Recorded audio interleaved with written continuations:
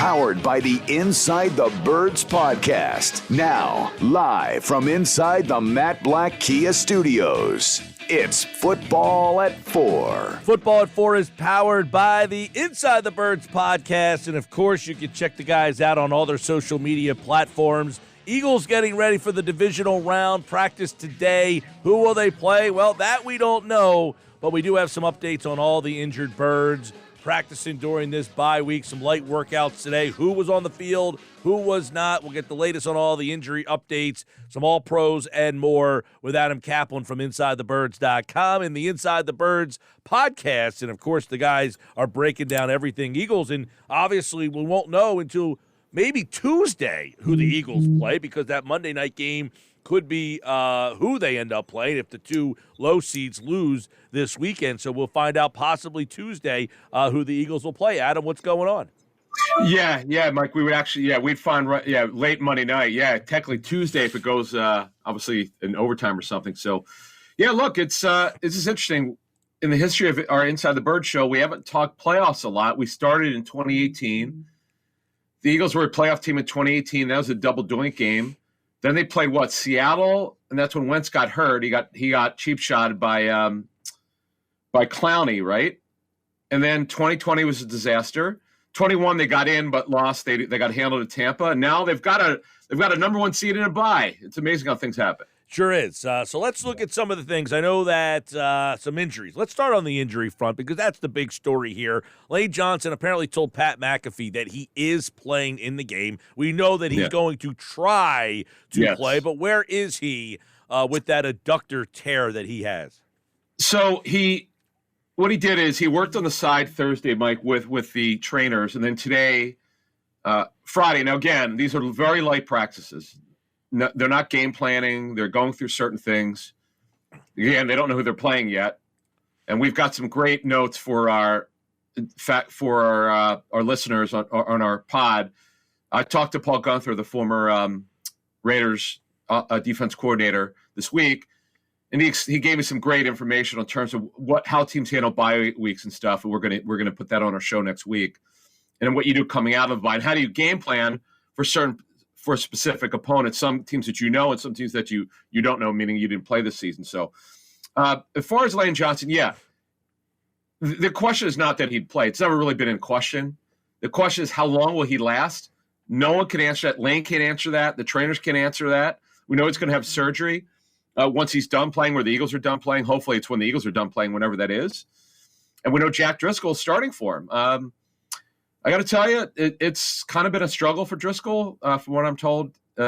Certainly, no one is Lane Johnson. The more he plays, the more you get concerned about it, and that's the issue that you have. But once you make a decision that he's going to start, which he did for Lane Johnson, that's simply the way you have to do it. If Lane Johnson gets hurt again, has a setback, you have to go with him. This is the way you've practiced it, and that's kind of what they're going to have to do.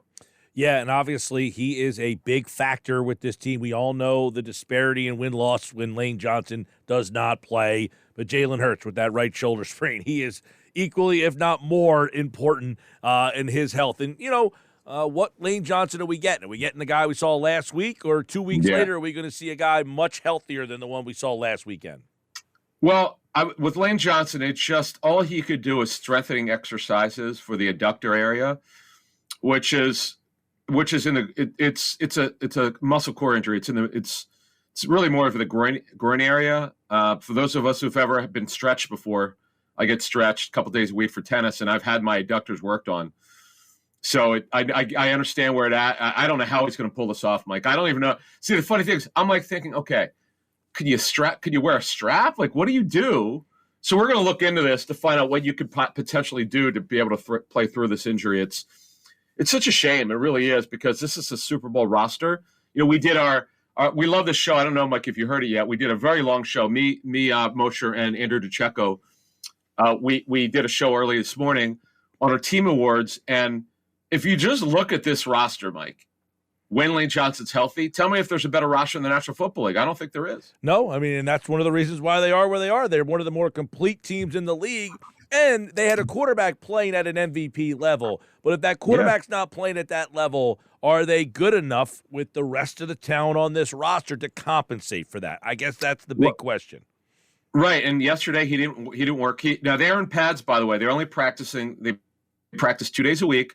Coaches broke down the film. They watched the tape with the players. And then they practiced yesterday for an hour and today for an hour.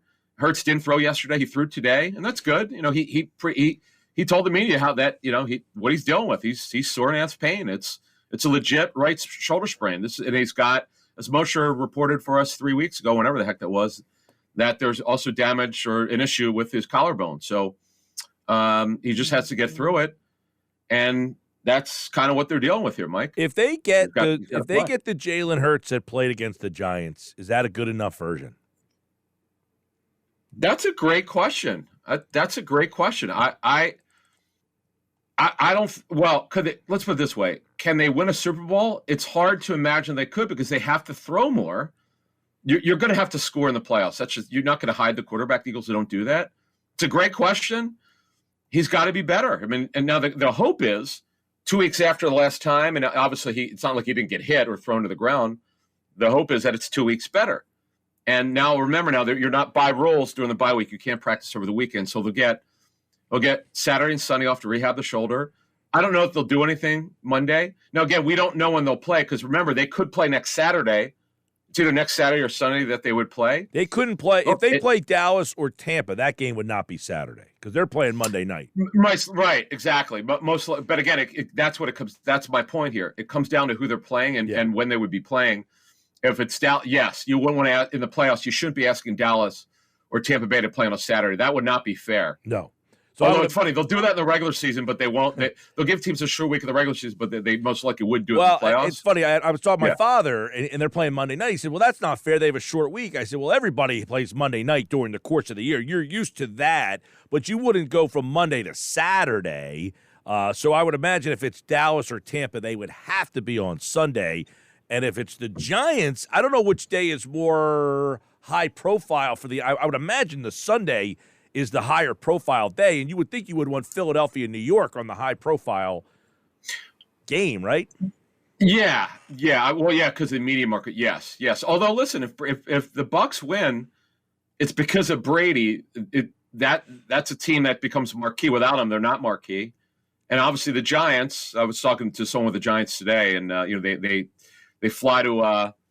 I guess they fly to Minneapolis tomorrow. Then, and by the way, this is the healthiest the Giants have been in 2 months. They're going to have like almost every starter available. It's pretty amazing. And Minnesota's pretty healthy too. So that's you're getting them at full strength. I think Seattle and San Fran, they're all a lot of teams are healthy. Philadelphia is the one team. Everybody went through their injuries all season long. Philadelphia stayed relatively healthy until about week 12. And now the teams are getting healthy, and Philly's trying to find their way back here. Let's look at a couple more. Let's go to Miles Sanders because that brace is pretty abrasive, man. It's a pretty, big brace that he's not used to wearing. And I don't know what we learned from him the last 2 weeks that he's worn that thing. Yeah, and they pulled him in the fourth quarter to preserve him, and it worked. It's fine. They ran the ball to win the game last week. But we don't know. Here's the problem. We don't know if it's a sprained knee, which would be a concern if it's like an MCL, or if it's just a bruise. We don't know. We're going to look into that one. And then also defensively, here's the great news. We reported this first 2 days after 3 days after that game where Josh Sweat got hurt. We were told that it was in play for him to play in the first playoff game because we had heard it was definitely not serious. He felt fine, but it's a neck, so you want to be conservative. They were. That's why they wouldn't let him play last week, though Sirianni confirmed that Sweat pushed him to play, which I think is hilarious. That's awesome. So he's worked. He's going to play, barring a setback, unforeseen. He's going to be in the lineup. That's awesome. And we had the note Jeff did about the toe surgery or procedure, whatever it was that happened. Maddox, as we reported also, Maddox was in a walking boot after the game 2 weeks ago. I think looked like briskly walking. Now that doesn't mean he's going to be available in 2 weeks. It just means that he's not in a cast. Mm-hmm. So that's good. The hope is by the championship game, if they make it that far, maybe he could contribute. Who knows? But you kind of know what's going on there. Is Chauncey Gardner Johnson is their nickel corner, and all other times he's their safety. I know Andrew DeCecco wrote about Robert Quinn. You mentioned Josh Sweat. Is Quinn someone that's going to be in the rotation this week? Do we think he has anything left to offer? Well, he did have a quality rush. He had one nice rush where he made the quarterback move last week. That was good. So he looked healthier. He's clearly not what he was last year when he had 18 and a half sacks, Mike. So we have to understand that. Yeah. But it does take time. By the way, he had knee surgery during the time that he was away. So we'll see. I mean, he's in the rotation as like a fourth outside linebacker. Those guys play 15 to 20 snaps at most. Light practice this week, the light workouts, as we know, as you kind of hinted at there, and a lot of the injured guys. Hurts through today. Lane Johnson out on the field. Good news there. And this is a team that we talked about. The window is open right now. Adam, I talked about this in the first hour. Last year they got to the playoffs. They got a taste of what the playoffs are like and how far away they were, and then they went out and made moves. Now, look at today, the All-Pros that were named. They went out and got Hassan Reddick. He makes second team. A.J. Brown, he's second team. James Bradbury, he's second team. Every pitch that was thrown, Howie Roseman hit over the fence for the most part of putting this team together, as evidenced by the Pro Bowl and now the All-Pro teams. Yeah, so look at it. Lane Johnson, first-round pick in 2013. Chip Kelly wanted Deion Jordan, but that's another story. Jason Kelsey, a sixth-round pick in, I think, 2011. Jalen Hurts, a second-round pick, their own player from 2020. He was drafted to be Wentz's backup. You know how that worked out. Who knew? A.J. Brown, an unbelievable trade, as a Titans source said to me. One of the reasons why we didn't make the playoffs, look in Philadelphia. And I kind of laughed. I'm like, wait, you mean A.J. Brown? He goes, yeah, who do you think I was talking about? I'm like, all right, I got it. Right. And then Hassan Reddick, wow, what a free agent signing. My goodness gracious. I still say this. What the heck were the Cardinals thinking about years ago when they made him an inside linebacker after he was drafted? He went from a third-round pick when he went to the Senior Bowl. I was there that year. He was unbelievable. What energy he has. What a great story. And James Bradbury, another free agent signing who was cut by the Giants. Yeah, that was a financial move for them, but still. I mean, yeah. And I talked about this earlier in the week, Adam. Here's the thing. I mean, people hate Howie, and he's made a lot of mistakes, but not anymore. Well, I'm saying not anymore. They hate him. But I will say this: he has hit every pitch out of the park. But it's inevitable that there's going to be a mistake made. You can't sign every single guy and they all work out. Kaiser White, Hassan Reddick, Javon Hargrave, Chauncey Gardner-Johnson, trade, that's worked out. Bradbury, A.J. Brown, trade, that's worked out. I mean, every single move that they made, not one guy did they whiff on. So this is a window that they need to do something, because I don't know about you.